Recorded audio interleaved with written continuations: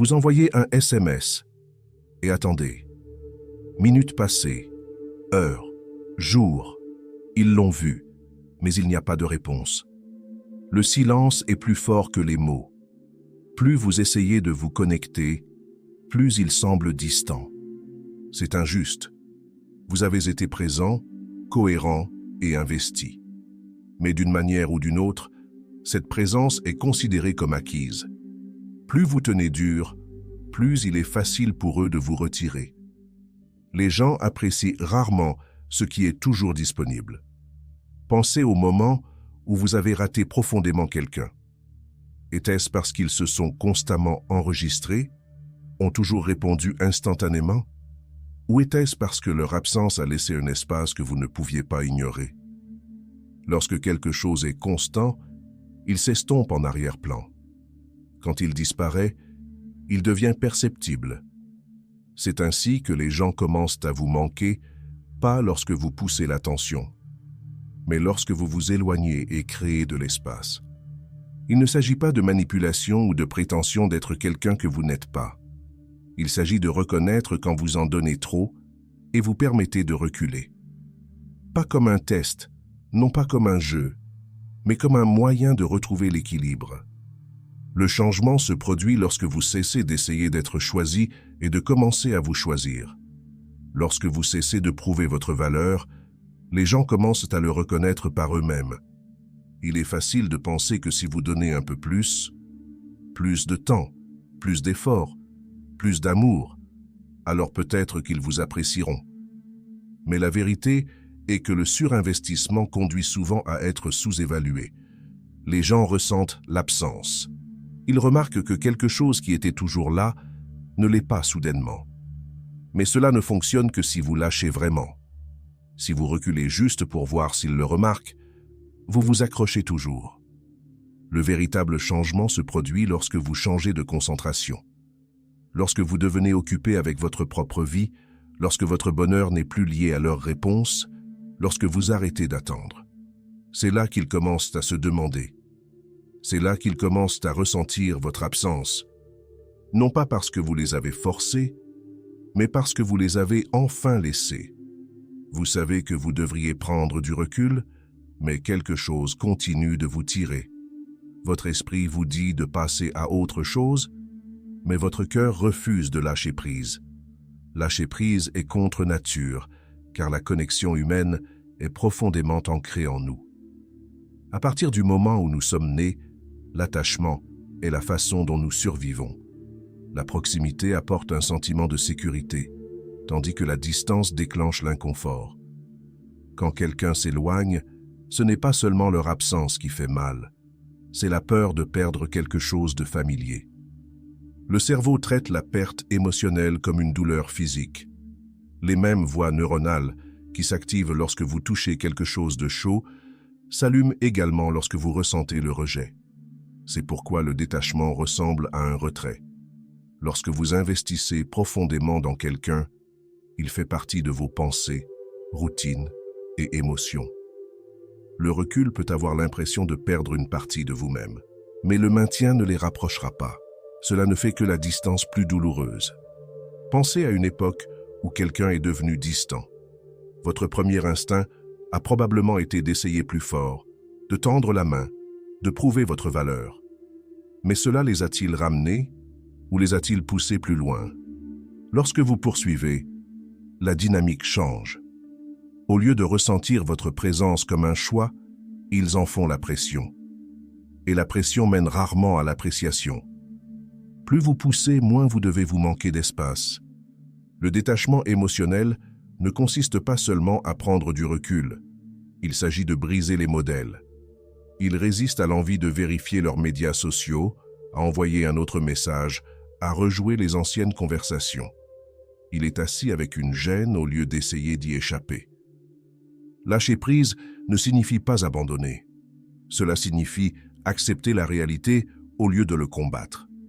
Si quelqu'un vous apprécie, il ressentira votre absence.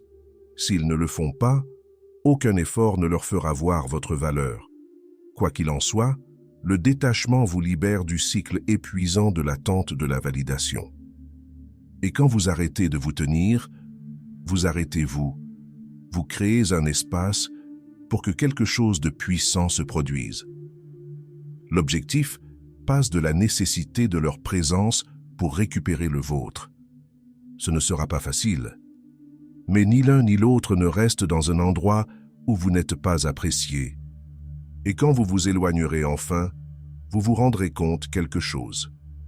Le poids que vous portiez n'était pas de l'amour, c'était la peur. Et vous n'avez plus besoin de vous accrocher à cela. Vous vous demandez si vous vous manquez. Vous vous demandez s'il remarque même le silence, s'il s'arrête pour réfléchir à l'endroit où vous êtes allé. Mais la vraie question est, vous vous manquez-vous? Lorsque vos pensées tournent autour de quelqu'un d'autre, vous commencez à s'évanouir dans l'arrière-plan de votre propre vie. Vous vous inquiétez davantage de ce qu'ils ressentent pour vous que de ce que vous ressentez pour vous. Leur absence vous consomme et sans s'en rendre compte, vous en faites le centre de votre monde émotionnel. Mais plus vous vous accrochez, moins ils remarquent. C'est le paradoxe. Les gens ne manquent pas ce qui est toujours là. Laisser les autres ressentir votre absence ne concerne pas les jeux ou la manipulation. Il s'agit de reconnaître que votre présence a du poids. Et si quelqu'un ne le ressent pas, c'est parce qu'il s'y est trop habitué. Vous avez donné trop de choses, été trop accessible. Ne leur laissiez pas de place pour se demander, interroger, ressentir l'espace où vous étiez. Et s'ils n'ont jamais à ressentir cet espace, pourquoi vous manquerait-il? Imaginez votre attention comme une flamme. Si vous le placez trop près, il se protège de la chaleur. Mais si vous le retirez, il commence à remarquer le froid.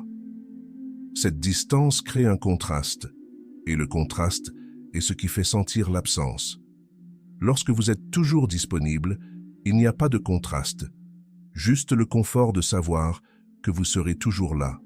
Et le confort, bien que familier, est rarement manqué jusqu'à ce qu'il soit parti. C'est pourquoi le retour de votre objectif est si puissant.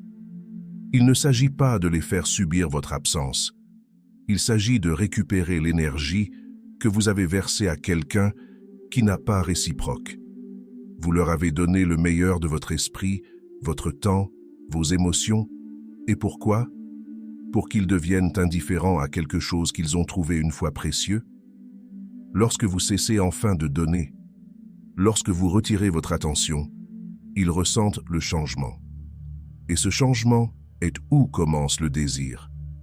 Les gens ne manquent pas ce qui ne part jamais. Ils manquent ce qui était une fois là-bas et est maintenant parti. Mais pour qu'ils le ressentent vraiment, vous devez le signifier. Vous devez cesser de vérifier leurs médias sociaux, cesser d'attendre qu'ils le remarquent. Arrêtez de faire d'eux la priorité silencieuse dans votre vie. Lorsque votre objectif vous revient, lorsque votre énergie n'est plus la leur à absorber, quelque chose change.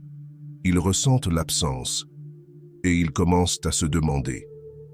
Vous n'avez pas besoin de forcer personne à vous manquer. Il vous suffit d'être quelqu'un qui vaut la peine d'être manqué. Les gens ne manquent pas ce qui ne part jamais. Ils n'ont pas envie de ce qui est toujours à portée de main.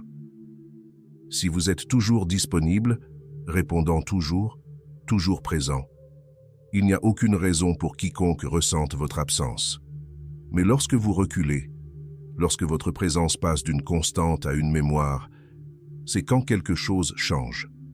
C'est à ce moment-là que quelqu'un commence à ressentir à quoi ressemble la vie sans vous. L'absence crée un contraste. Lorsque vous vous éloignez, un écart se forme où votre énergie était. Et cet écart est ce qui fait que quelqu'un commence à remarquer. Non pas parce que vous l'avez forcé, non pas parce que vous avez joué à un jeu, mais parce que l'espace que vous occupiez autrefois est maintenant vide. L'erreur que la plupart des gens font essaie de fabriquer cet effet.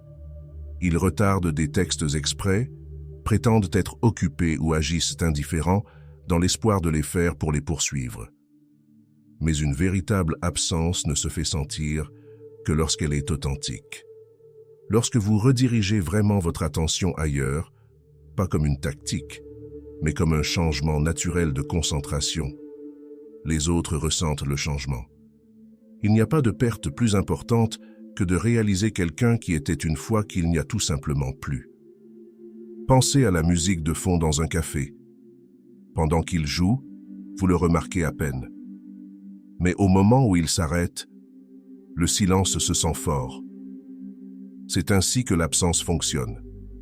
Lorsque votre attention, votre énergie, votre présence a été autrefois tissée dans la routine quotidienne de quelqu'un, puis elle disparaît, il commence à ressentir le poids de ce qui manque. Il ne s'agit pas de fantôme ou de coupe de quelqu'un. Il s'agit de reconnaître quand votre présence a perdu sa valeur et d'avoir la force de prendre du recul. La vérité est que les gens apprécient rarement ce qui semble permanent. Ils supposent que ce sera toujours là. Mais la seconde chose qu'ils tenaient autrefois pour acquise n'est plus facilement disponible, leur changement de perception. Si vous voulez que quelqu'un vous manque, arrêtez de le faire. Arrêtez de vous demander ce qu'il pense. Arrêtez de vérifier les panneaux. Arrêtez de façonner vos actions pour qu'ils le remarquent ou non. Le moment où vous lâchez la nécessité de manquer est le moment où votre absence commence à se sentir. Et l'ironie est, plus vous essayez de vous faire manquer, moins ils le feront. Pourquoi? Parce que le besoin repousse. Lorsque vous agissez par désir d'être remarqué, cette énergie est transparente. Mais lorsque vous détachez véritablement, lorsque vous cessez de les centrer dans votre esprit, c'est à ce moment-là que la curiosité se glisse. Où sont-ils allés? Pourquoi ne tendent-ils pas la main? Ont-ils évolué? L'esprit se fixe sur des histoires inachevées. Lorsque vous étiez toujours présent, qui atteignit toujours, répondant toujours, il n'y avait aucune incertitude. Pas de mystère, pas d'espace pour la réflexion. Mais au moment où vous devenez indisponible, au moment où vous supprimez votre énergie, vous leur donnez quelque chose à penser. Vous n'avez pas besoin d'envoyer un message disant que vous avez changé. Vous n'avez pas besoin de laisser entendre que vous vous éloignez. Vous devez simplement laisser votre absence parler. C'est pourquoi l'autofocal est si important. Si vous déplacez votre énergie vers vous-même, pas de prouver un point, non pas de les rendre jaloux, mais parce que vous voulez vraiment vous reconnecter avec vous-même, votre présence deviendra quelque chose qui se démarque dans leur esprit. Non pas parce que vous l'avez forcé, mais parce que votre détachement leur permet de voir ce qu'ils ont perdu. Et s'ils ne le font pas? Ensuite, ils n'ont jamais vraiment prêté attention en premier lieu. L'absence est plus puissante lorsqu'elle est soutenue par la confiance. Lorsque vous êtes en sécurité en vous-même, lorsque vous vous concentrez véritablement sur votre propre croissance, lorsque vous n'avez plus besoin de quelqu'un pour valider votre valeur, vos changements d'énergie, vous devenez moins prévisible, vous devenez plus intrigant. Et dans cet espace, ils commencent à ressentir ce qu'ils avaient autrefois. Les personnes les plus inoubliables ne sont pas celles qui ont supplié d'être remarquées. Ce sont eux qui ont tout donné, jusqu'à ce qu'un jour, ils ne l'ont pas fait. Parce que rien n'est plus fort que le silence de quelqu'un qui vous a fait sentir spécial et s'est simplement arrêté. Il arrive un moment où l'épuisement l'emporte sur l'attachement. Vous vous réveillez épuisé, non pas à cause de ce que quelqu'un a fait, mais à cause de l'énergie que vous avez dépensée à leur juger. L'inquiétude, l'attente, l'analyse sans fin de leurs paroles et de leurs actions, tout fait des conséquences. Et la vérité est que vous ne pouvez pas continuer à donner des parties de vous sans conséquences. Votre énergie émotionnelle n'est pas illimitée. Chaque instant que vous investissez dans quelqu'un qui n'investit pas en vous est un retrait de votre propre bien-être. Et lorsque cet équilibre est éteint, vous commencez à le ressentir sur le plan, émotionnellement, même physiquement. Le poids de l'effort non spécialisé persiste dans votre poitrine, dans vos pensées, dans votre incapacité à vous concentrer sur vous-même. Il ne s'agit pas seulement de reculer de quelqu'un qui ne vous valorise pas. Il s'agit de reconstruire les parties de vous-même qui sont restées vides. Le détachement émotionnel n'est pas la dernière étape. c'est le début de quelque chose d'autre, le renouvellement. Et le renouveau ne se produit que lorsque vous prenez toute cette énergie qui était autrefois externe et que vous la tournez vers l'intérieur. Cela commence par de petits changements. La récupération de votre énergie ne consiste pas à vous forcer à passer à autre chose du jour au lendemain. Il s'agit de reconnaître où votre attention a été consacrée et de choisir consciemment de le rediriger. Au lieu de vérifier leurs médias sociaux, vous lisez un livre. Au lieu d'attendre un message, vous vous promenez. Au lieu de se demander pourquoi ils n'ont pas tendu la main, vous vous rappelez que votre paix ne dépend pas d'eux. Et puis, quelque chose change. L'épuisement commence à s'estomper. La trop grande consommation ralentit. Votre monde, qui avait rétréci la taille de la présence d'une personne, recommence à se développer. Les choses que vous aimiez autrefois, vos intérêts, vos objectifs, vos rêves, ne partaient pas surface, qui ne sont plus éclipsés par le poids de la manquer quelqu'un. Ce que les gens ne réalisent pas, c'est que le détachement émotionnel ne concerne pas le vide. Il s'agit de faire de la place pour quelque chose de mieux. Lorsque vous cessez de verser toute votre énergie à quelqu'un qui ne voit pas sa valeur, vous créez de la place pour des choses qui vous accomplissent réellement. Et lorsque vous faites cela, toute votre énergie change. Vous n'avez pas à poursuivre, vous n'avez pas à prouver, vous n'avez pas à conserver quelqu'un dans l'espoir qu'ils remarqueront finalement ce qu'ils avaient. Le moment où vous commencez à récupérer votre espace émotionnel est le moment où vous devenez quelqu'un qui est vraiment en paix. Et lorsque vous atteignez ce point, quelque chose d'incroyable se produit. Leur absence cesse de se sentir comme une perte. Cela commence à se sentir comme la liberté. Vous ne réalisez pas à quel point quelque chose signifie pour vous jusqu'à ce qu'il ne soit plus là.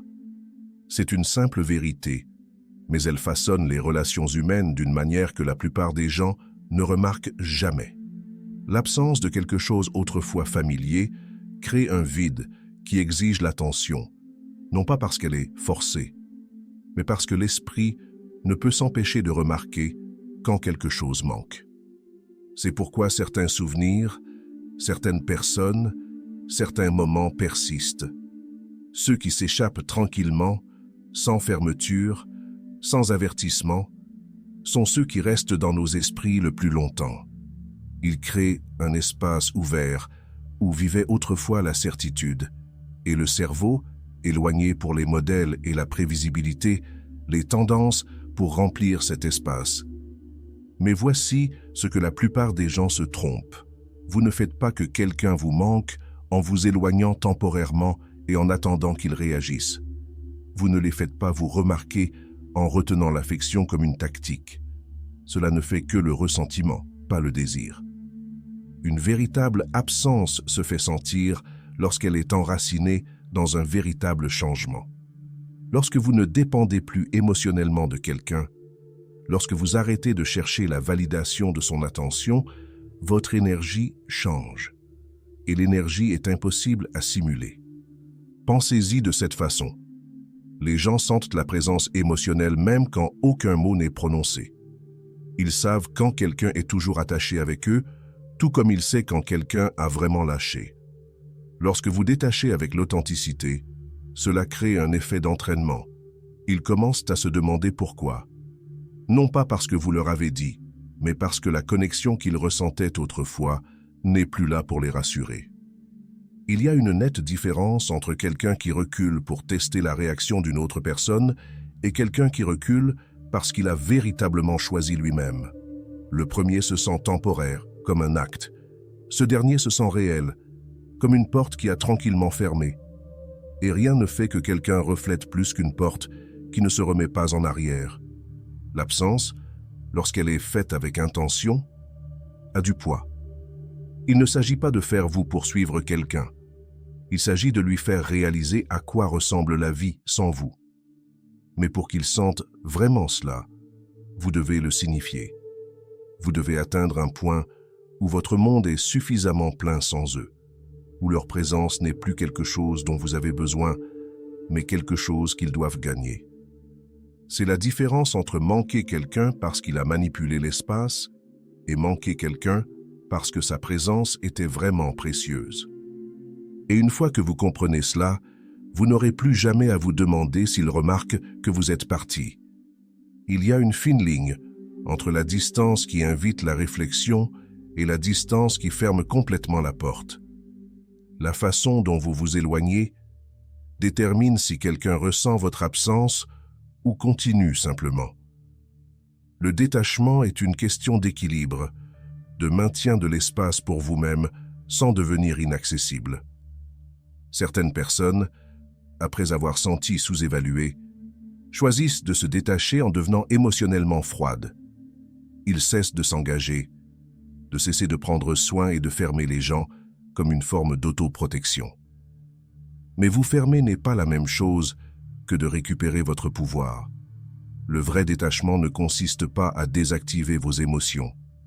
Il s'agit de choisir où les investir. La froideur est un mécanisme de défense. Il dit que je ne laisserai personne se rapprocher suffisamment pour me blesser à nouveau.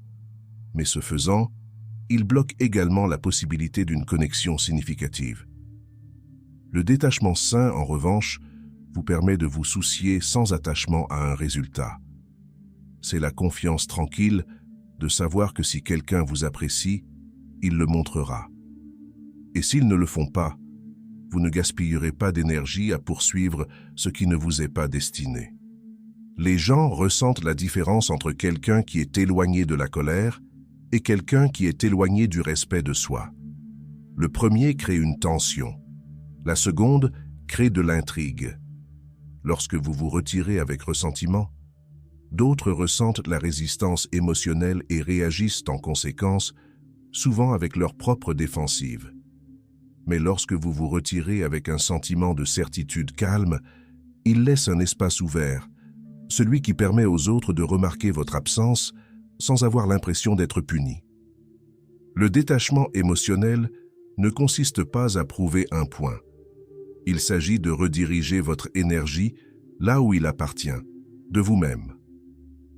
Lorsque vous êtes en paix avec qui vous êtes, vous n'avez pas besoin d'utiliser le silence comme une arme. Vous n'avez pas besoin de couper quelqu'un pour lui faire réaliser votre valeur.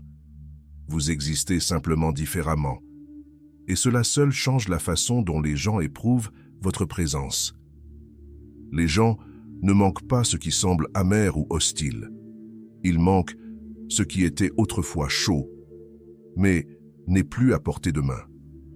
Si vous voulez que votre absence soit ressentie, elle doit provenir d'un lieu de respect de soi, pas d'une fermeture émotionnelle. Parce que le véritable détachement ne repousse pas les gens, cela permet aux bons de se rapprocher. Certaines portes ne se terminent pas avec un slam. Ils restent légèrement ouverts, vous tentant de jeter un coup d'œil à l'intérieur pour vous demander si vous devriez intervenir. C'est ce qui rend le laisser-aller difficile. Il ne s'agit pas toujours de la personne, mais des questions laissées pour compte. Et s'il change? Et si je lui donne une chance de plus? Et si je m'en dirais juste avant que les choses ne s'améliorent? Mais voici la vérité. Quand quelque chose vous convient, cela ne nécessite pas constamment de convaincre. Vous n'avez pas à mendier la présence, pour l'effort, pour la réciprocité. Ce qui reste sans effort n'était jamais à risque d'être perdu. Ce qui continue de glisser n'a jamais été vraiment entre vos mains. Lâcher prise n'est pas un acte de rejet, c'est une acceptation de qui ils sont, de ce qu'ils ont donné, de ce qu'ils ne pouvaient pas donner. Il est de comprendre que certaines personnes entrent dans votre vie comme une leçon, pas comme une présence à vie. Et la leçon ne concerne pas la façon de les faire rester. Il s'agit d'apprendre quand arrêter de s'accrocher. Le véritable changement se produit lorsque vous n'avez plus besoin de forcer la distance, lorsque vous arrêtez de regarder par-dessus votre épaule pour voir s'ils ont remarqué que vous êtes parti. Lorsque votre vie redevient pleine, pas comme une distraction, mais comme un reflet de ce que vous méritez. Et c'est à ce moment-là que quelque chose d'inattendu se produit. La paix remplace le désir.